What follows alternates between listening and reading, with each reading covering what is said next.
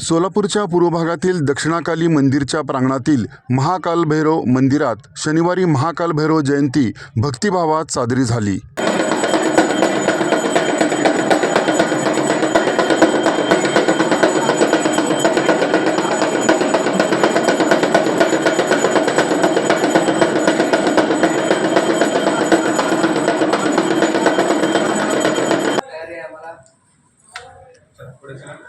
यावेळी महाकाल भैरव अर्चना, आरती असे विविध कार्यक्रम झाले।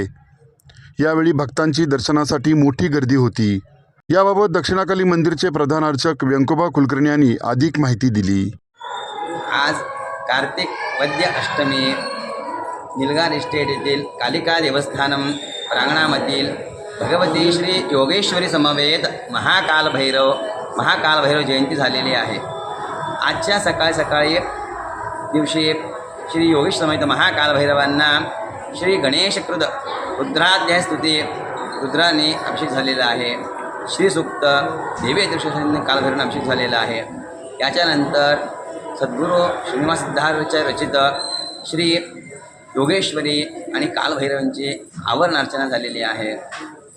या ठिकाणी सद्गुरू श्रीनिवास सिद्धाचार्य यांच्या हस्ते सगळ्या देवता यंत्राधिष्ठित देवता आहेत। पंचमुंडासन अधिष्ठित श्री योगेश्वरी आणि पंचमुंडासन अधिष्ठित श्री महाकाल भैरव यांची प्रतिष्ठापना झालेली आहे गुरुदेवांकडून।